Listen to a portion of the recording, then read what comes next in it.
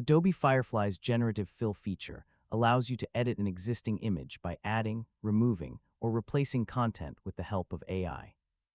In this guide, I'll show you how to use Generative Fill step by step. First, open Adobe Firefly and sign in to your Adobe account. From the Firefly workspace, open the Generative Fill tool if it's available in your current interface. Start by uploading the image you want to edit. Once the image appears, use the Selection or Brush tool to highlight the specific area where you want to make a change. For example, if you have a photo of a person standing in a park and want to add a bicycle beside them, select the empty area where you want the bicycle to appear. Now enter a clear description in the prompt box, such as a modern black bicycle standing beside the person, then start the generation process.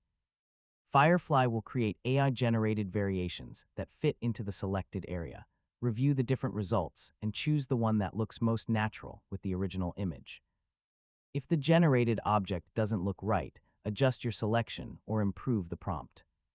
Adding details about the object's color, material, size, position, or lighting can help produce a better result. You can also use Generative Fill to replace existing objects. Simply select the object you want to change and describe what you want to put in its place. The key is to make your selection accurate. Avoid selecting too much of the